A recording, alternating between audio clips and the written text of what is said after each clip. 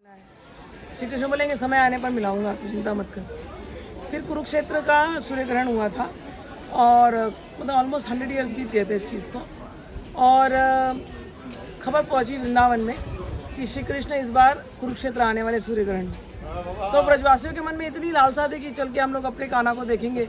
सारे ब्रजवासी भी अपना बोरिया बिस्तर बांध करके, पहले ज़माने में होता ना बुलक कार्ट्स चल रहे हैं, उसमें बोरिया बिस्तर बांधे हुए हैं, सब अपना खाना पीना लेकर के आके, और कई कई बुलक कार्ट्स तो उन्होंने केवल श्री कान्हा को जो जो पसंद है सारी, मतलब वो सारी वस्तुएं बना के सब अपने अपने घर से ले आई हैं। कान्हा ने ये मांगा था, कान्हा को ये अच्छा लगता है, कान्हा को ये पहनाएंगे, ऐसा करेंगे। जो जो कान्हा ने बचपन में किया था, सबके माइंड में वो ड्रीम है। तो सारे ब्रजवासी गाँव के जैसे टोली में आए हैं यहाँ पर, और वहाँ पर इंतज़ार कर रहे हैं, और देखते कि सामने से गाजे बाजे के साथ खूब ढेर सारे सैनिक आ रहे हैं, रॉयल एकदम एंट्री हो रही है, मुनार्क आ रहे हैं, सोल्जर्स हैं, और नगाड़े बज रहे हैं और ढोल बज रहे हैं, और सब जगह छत्र मतलब छतरी है और नाचने वाले हैं। ये लोग सोचते हैं ये कौन आ गया, कहाँ से।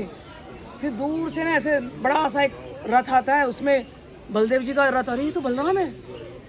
फिर सुभद्रा जी का रथ, अरे ये तो सुभद्रा, अरे तो रोहिणी मैया। और फिर पीछे से आता है हमारे जगन्नाथ जी का, कृष्ण का, द्वारकाधीश का रथ। सब लोग बोलते हैं वो है वो कन्हैया।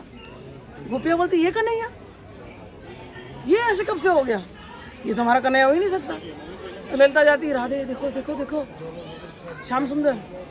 राधा नहीं तो नजर ही फेर लेती, बोलती है ये क्या श्याम सुंदर, कहाँ है वो, कहाँ है वो श्याम सुंदर मेरा जो बांसुरी बजाता था, जो केतकी के वृक्ष के नीचे मेरे साथ समय बिताता था, जो चांदनी रातों में, कहाँ है वो यमुना। ये कुरुक्षेत्र में हम कहाँ आ गए, ये तो लड़ाई का स्थान है, यहाँ थोड़ी ना।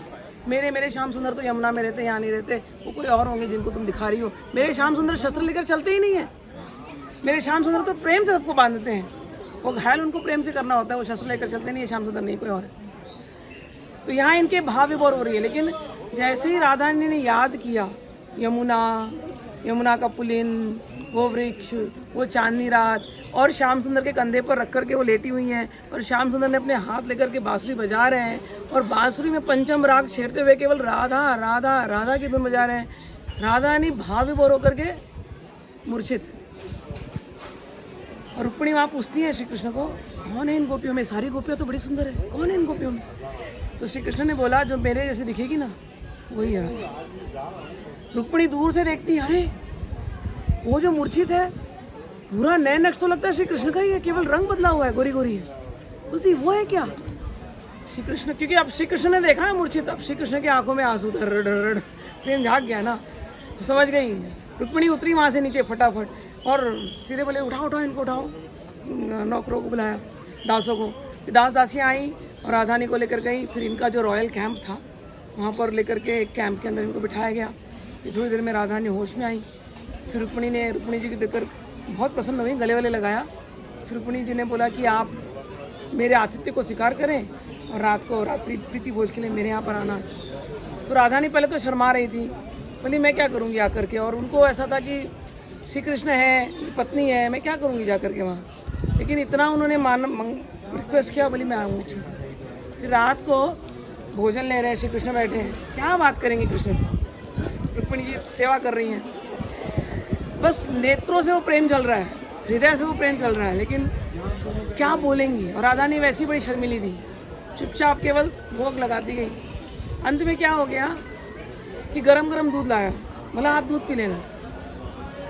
राधा ने बोली नहीं चाहिए मुझे, लेकिन रुक्मिणी जी बोलने लगी। फिर राधा को लगा अगर मैंने नहीं लिया और बाई चांस अगर रुक्मिणी जी बुरा मान गई, अगर रुक्मिणी जी बुरा मान गई तो श्री कृष्ण शायद दुखी हो जाएंगे, मैं पी लेती हूँ, श्री कृष्ण को मैं दुखी नहीं कर सकती। बोल करके पी लिया गरम गरम दूध, और पी करके गई सोने।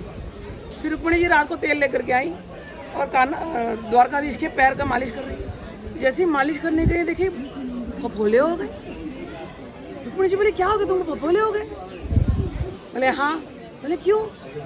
बोले तुमने गर्म दूध पिलाया ना राधा को। तो बोले राधा को गर्म दूध पिलाया, तुम्हें फफोले हो गए अभी चरणों में। बोले तू समझ नहीं रही है रुक्मिणी, राधा के हृदय में मेरे ही चरण कमल होते हैं, मेरी बात मानने के लिए कि मैं कहीं दुखी ना हो जाऊं। उसने गरम गरम दूध पी लिए, और वो दूध पिया नहीं, वो दूध सीधे उसके हृदय में गया, उसकी चेतना में गया, और मेरे चरण कमलों को छू लिया उस गर्म दूध ने।